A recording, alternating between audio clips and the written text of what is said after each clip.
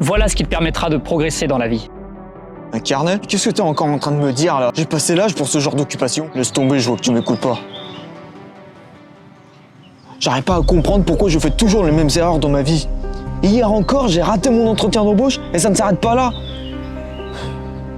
J'ai l'impression de tout rater dans ma vie.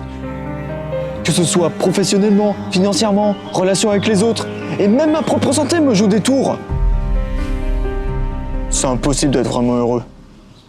Non mais attends, si tu prenais justement le temps de comprendre pourquoi c'est important ce genre d'outil, tu verras en quoi tu peux corriger ce qui est impossible pour toi. Bon, c'est vrai que les carnets c'est dépassé, mais rassure-toi, on peut le faire autrement. Si tu as de l'argent, fais-toi accompagner par un coach, un thérapeute qui saura t'écouter profondément. Il existe aussi des milliers de formations sur internet qui ne sont pas tous des arnaques. Retire-toi ça de ton cerveau. Dis-toi que si tu investis sur toi-même, ça sera le meilleur choix à faire pour progresser dans ta vie entière. Ou d'une manière beaucoup moins rapide, tu peux aussi te servir d'une simple feuille de papier, d'un ordinateur ou d'un livre qui parle du sujet que tu souhaites travailler. D'ailleurs, je t'invite à bien noter les 3 étapes que nous allons aborder dans cette vidéo et ensuite à les appliquer dans ton quotidien. Tu verras les résultats dans les semaines à venir. D'accord, mais j'en fais quoi de ça? Bon, on va prendre l'exemple de ton entretien d'embauche. Première étape, est-ce que tu sais comment tu t'es senti lors de cet entretien? Pas vraiment. Du stress peut-être? Ok, du stress. Alors la première étape, c'est que tu pratiques la méthode de l'auto-analyse. Alors ce que je te conseille, C'est de prendre l'habitude d'en parler, ou du moins d'écrire ce que tu as ressenti à ce moment-là. C'est simple, plus tu arriveras à définir tes émotions, plus tu arriveras à les accepter, donc à les gérer. Si par exemple tu as défini que tu as eu du stress, et que c'était l'élément principal qui t'a fait perdre tous tes moyens, maintenant que tu as conscience de cette émotion, il ne te restera plus qu'à travailler sur elle. Et tu finiras par te demander pourquoi avoir ressenti à ce moment-là du stress. d'ailleurs tous ces conseils ne s'arrêtent pas qu'à un entretien. Cette auto-analyse, tu peux le faire de partout. Quand tu es en colère, triste, amoureux, ou quand tu galères sur quelque chose, plus tu prendras le temps d'écrire ton ressenti, tes pensées, tes réflexions. Bref, tout ce que tu veux qui sort de ta tête là. Essaye par toi-même et tu comprendras le bénéfice que cela t'apportera. Tu sais, un jour on m'a dit, Plus tu accepteras une émotion positive ou négative, moins elle t'impactera. Mais encore faut-il d'abord savoir qu'elle est là, et surtout la comprendre. et cette phrase-là, je remercie cette personne parce qu'elle est gravée à tout jamais dans ma tête. Ok, je prendrai le temps de poser mes pensées de cette journée pour voir. Mais je suis pas vraiment sûr que ça suffira pour ne plus jamais rien rater.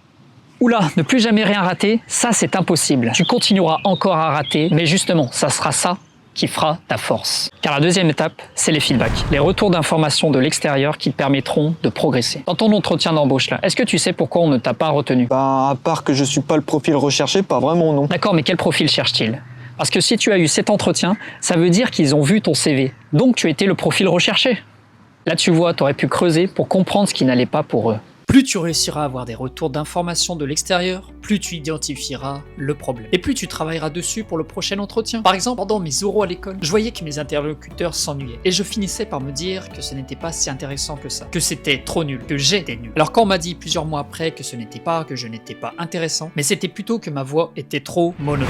On s'ennuyait à m'écouter parce que je ne mettais pas du Peps dans mes discours. Je ne montrais pas du dynamisme. Et une fois que j'ai su ça, j'ai fini par travailler sur ma propre voix pour la rendre plus percutante pour les autres. Et d'ailleurs, si ce sujet t'intéresse, j'en ferai probablement une vidéo par la suite. Les feedbacks, c'est aussi savoir accepter tes défauts pour les améliorer. Et ça ouvre des perspectives extérieures qui peuvent révéler des angles morts dont tu n'as même pas imaginé. Tes retours, tu peux les noter dans ton carnet pour prendre le temps par la suite de les travailler. Ou pour même aller plus loin, tu peux créer tes propres retours. Par exemple, en t'enregistrant en vidéo. Le process est simple. Tu te filmes, tu parles devant la caméra et ensuite tu regardes le résultat pour prendre conscience de ce qui ne va pas dans tes paroles. Il est vrai qu'on a tendance à ne pas vouloir connaître nos faiblesses. Pourtant, il faut savoir qu'elles existent pour travailler dessus. Si tu prends l'habitude de faire cet exercice, petit à petit, tu renforceras ta capacité à accepter les critiques et à utiliser ces informations pour progresser. Alors demande-toi plus ce qui ne va pas au lieu de te dire ce qui va.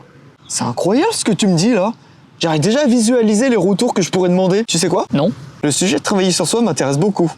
Du coup, je vais m'abonner à ta chaîne YouTube et mettre un like pour apporter mon soutien. Je te remercie 1000 fois. Et c'est vrai que ça m'aide vraiment beaucoup. Et si tu veux, tu peux le partager à une personne qui a le besoin de comprendre ce qui ne va pas en elle. D'ailleurs, c'est la première fois que je teste ce format. Donc n'hésite pas à me dire en commentaire ce que tu en penses. Par contre, avoir le retour des autres, ça risque d'être un processus certes très constructif, mais plutôt long, non? Ah oui, vraiment très long, mais c'est le meilleur moyen pour toi de progresser dans ta vie. On a tendance à faire des actions sans vraiment avoir de retour constructif, alors qu'il suffit d'un seul retour pour changer complètement sa façon de penser. Bah alors, tu n'aurais pas un moyen plus rapide pour assurer mon prochain entretien d'embauche? Bon, on va parler de l'étape numéro 3, analyser ceux qui ont déjà réussi. Est-ce que tu as pris le temps de chercher des personnes qui ont déjà réussi une embauche? Pourquoi faire? À force d'en faire, je sais comment ça va se passer. Quelles questions on va me poser? Ok, on va prendre l'exemple d'un petit joueur et d'un entraîneur de foot. Zidane. Est-ce que tu connais?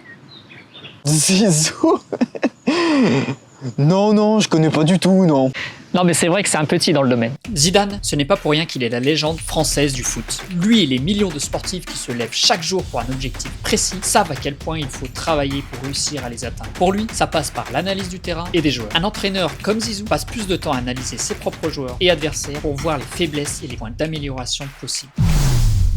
Bah c'est pareil pour un entretien d'embauche. Et pour tout le reste en fait. Regarde le comportement d'une personne qui réussit une embauche. Sa manière d'aborder l'entretien, sa position sur le fauteuil, ses réponses, l'assurance qu'il dégage. Serre-toi-en pour apprendre. Et fais à ta manière bien sûr. Pareil, analyse leur parcours en notant les compétences qu'ils ont développées, les opportunités qu'ils ont saisies et les défis qu'ils ont rencontrés. Ça va t'aider à identifier les compétences clés et les meilleures pratiques que tu dois développer. Pour te la faire courte, et c'est vital pour chaque personne, C'est qu'en prenant le temps, chaque jour, une fois par semaine ou une fois par mois, de revenir sur tes émotions, à avoir des retours constructifs des autres, à regarder le comportement de ceux qui ont déjà réussi ce que tu convoites, et c'est là que tu commenceras le vrai changement. Pour avoir ce que tu veux, il n'y a pas de secret. Commence par apprendre la capacité d'analyser ton propre comportement, l'environnement où tu es, et les personnes qui ont déjà réussi ce que tu souhaites. Inspire-toi d'eux et regarde ce qu'ils t'apportent. D'accord, ok, je comprends. Bah écoute, je vais me noter dans mon agenda un moment pour prendre le temps d'analyser ce que je veux. Je vais me servir de ce carnet pour le remplir de toutes mes pensées que j'ai en moi. Et je peux te dire que le prochain entretien ne sera pas du tout comme les autres. non mais c'est certain, si tu suis ces 3 étapes, tu ne peux que réussir. Mais pour réussir, tu dois à tout prix vaincre la flemme. Du coup, je te laisse regarder cette vidéo sur la procrastination pour comprendre pourquoi tu remets tout au lendemain. On se retrouve là-bas.